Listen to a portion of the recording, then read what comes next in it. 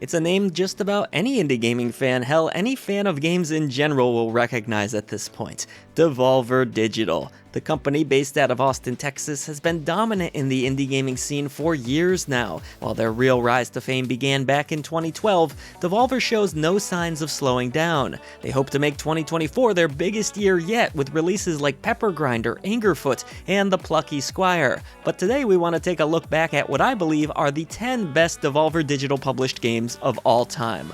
Before we get into the bloody details, why not take a moment to check out I Dream of Indie Games on Patreon and support independent content like this. You'll gain Discord access, early ad-free shows, shoutouts at the end of every video we produce, and even free games depending on the tier. Your new indie gaming community is waiting for you. Let's begin this list with the sequel to perhaps one of the most legendary and influential indie games of all time, Hotline Miami 2, Wrong Number. This follow-up cranked up the intensity meter even further than the original with a crazy off-the-wall story and the same great fast-paced gameplay along with some wonderful additions. If you never played the Hotline Miami series before, to simplify things, it's all about clearing rooms of enemies and advancing forward in brutal fashion.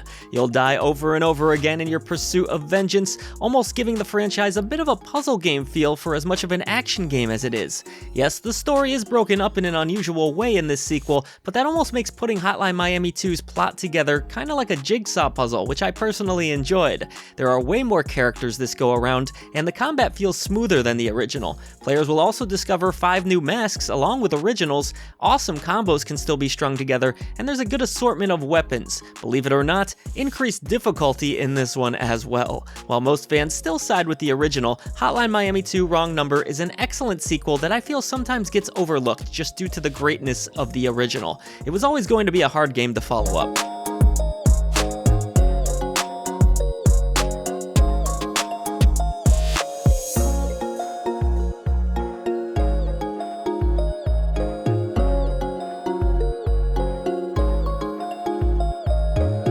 At number 9, we have another underrated game published by Devolver, the excellent and stylistic action title Trek to Yomi. I absolutely love this game, which takes place in feudal Japan and greatly respects Japanese culture. A lot of love and care went into this title, having the look and feel of a classic samurai film. It's quite an amazing accomplishment visually. The combat also reminds me of the classic fighter Bushido blade in its realism, and the cinematic camera combined with a great black and white aesthetic work together fantastically. While many critics scoffed at the storytelling and combat engine, I personally thought they were both great. It's a game that has a nice classic feel to it with awesome direction that makes it well worth your time. If you enjoy classic action games, say from the PS2 era, I think you'll find a great deal to enjoy about Trek to Yomi. It's also pretty accessible as far as difficulty goes, so don't stress out too much. Side note, who remembers the Samurai Pizza Cats? That was a random memory that just popped into my head.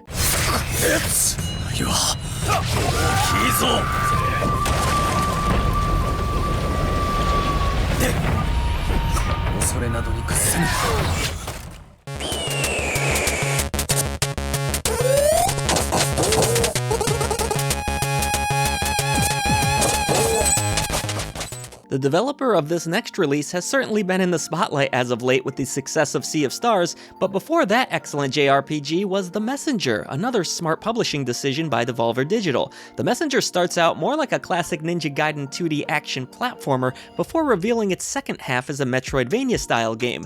This surprised and delighted many players, and it doesn't hurt that the execution was very well done considering the developer basically had to create 2 games in one. The Messenger story is pretty compelling as you are tasked to be, well, a messenger and head to the east in order to stop demons from taking over. The Messenger has become a fan favorite not just for indie game lovers, but speedrun fans as well. The mix of 8 and 16-bit visuals and gameplay were impressive for the time and remain so today. If that weren't enough, the retro chiptune soundtrack is just masterful. If you haven't played The Messenger yet, you should sneak on over to your platform of choice immediately and grab it today. And after that, be sure to grab Sea of Stars. Though it is interesting that Sabotage did not work with Devolver on publishing that release, and will perhaps stick to doing their own publishing going forward.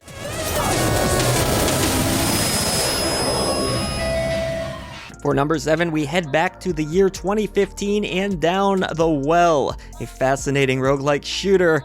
Downwell is the game we're talking about. Play as Taro, with your goal being to travel further and further down a well. The further you get down, the more and more enemies and dangers you discover. With the game being procedurally generated, no run ever feels quite the same. Shoot and stomp your enemies as you fight for survival. Utilize time voids to collect gems or visit shops if you're lucky enough to discover one. The strange world of Downwell is made all the more interesting by a simplistic color scheme that emphasizes bright whites and reds, and with the mechanics feeling great, you'll soon find yourself hopelessly addicted. I played this game for hours. It is a game that has that one more run factor without a doubt. The sound, visuals, and gameplay are top-notch, and it belongs in any serious indie gamer's collection. You know, I was always scared of wells too. I imagined them having no bottom, and if I fell down one, I just always thought I would be in this endless falling loop forever. Now that's terrifying. At number 6, a game which we recently received a fantastic sequel for. This is the mind-breaking puzzler The Talos Principle. Taking place from the first or third-person perspective, something more games should do, the Talos Principle bent gamers into pretzels with its intense puzzle design and fascinating storyline that deeply explores AI, which of course is a pretty big topic these days if you didn't notice.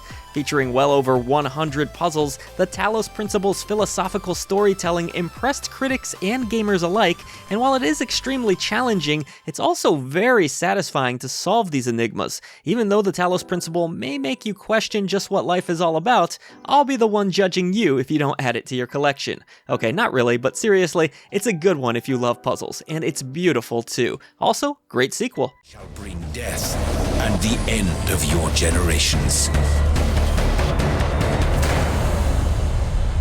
So be it. Let your will be done.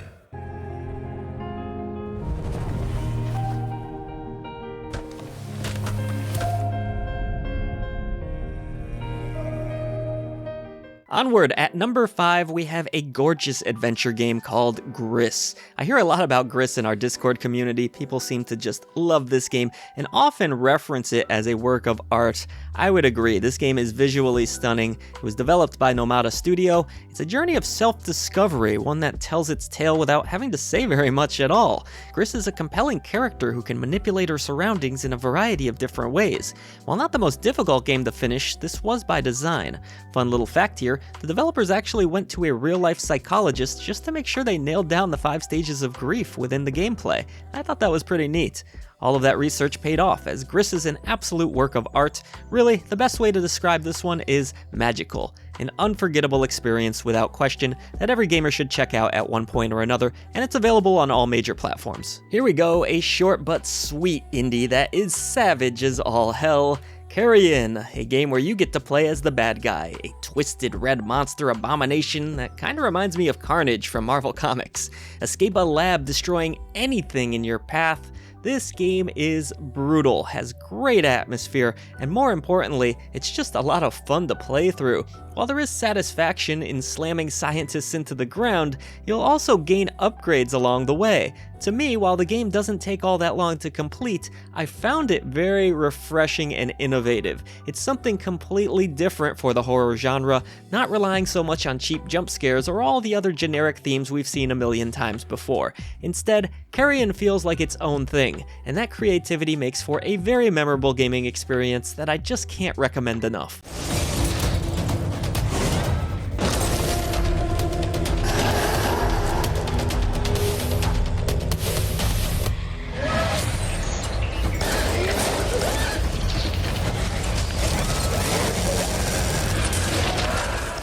Alright, here we go, top 3 now. Let's kick it off with the outstanding action-adventure game, Death's Door. I talk about this game all the time. We have a full review on the channel where it received a golden genie lamp of approval.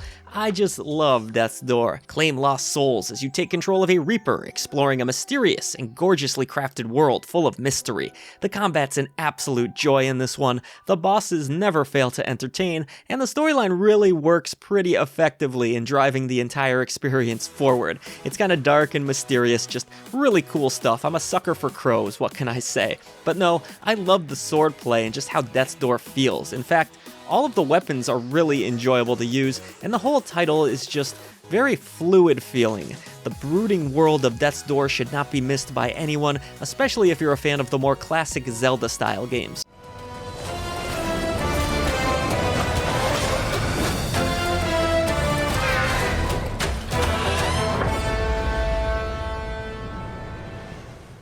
Number 2, you knew this one was coming at some point, didn't you? Here we go. From the insane mind of Daniel Mullins, we have Inscription. This roguelike deck builder is actually so much more than that. There are tons of influences here, so many in fact that it would take me all day to name them, but to give you an idea of what to expect, this is basically a tabletop-style card game from hell. Taking place across 3 acts, you'll need to take down Leshy in grid-based card battling action.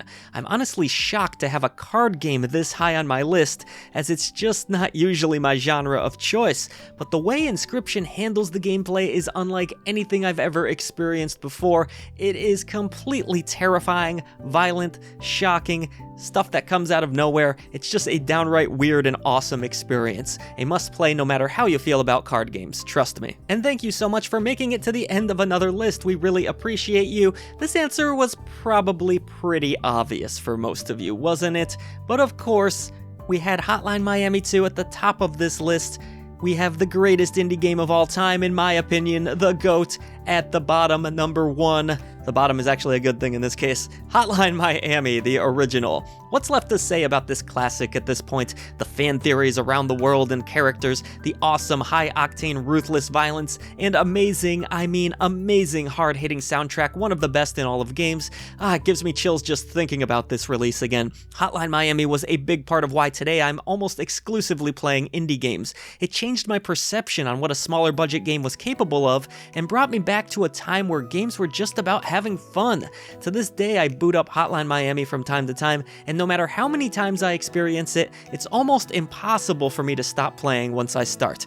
Hotline Miami is easily number 1 on this list, and it will be remembered forever as one of the best indies and games to ever exist. And hey, you're the best fans to ever exist. Thank you so much for supporting independent content here at I Dream of Indie Games. Patreon.com/IDreamOfIndieGames if you would like to help our mission further of bringing a voice to independent developers and publishers. There's great perks that you can take advantage of, like Discord access, early ad-free shows, shoutouts at the end of every video we produce, an exclusive podcast, and even free games depending on the tier. I will see you on the channel for more great indie gaming content.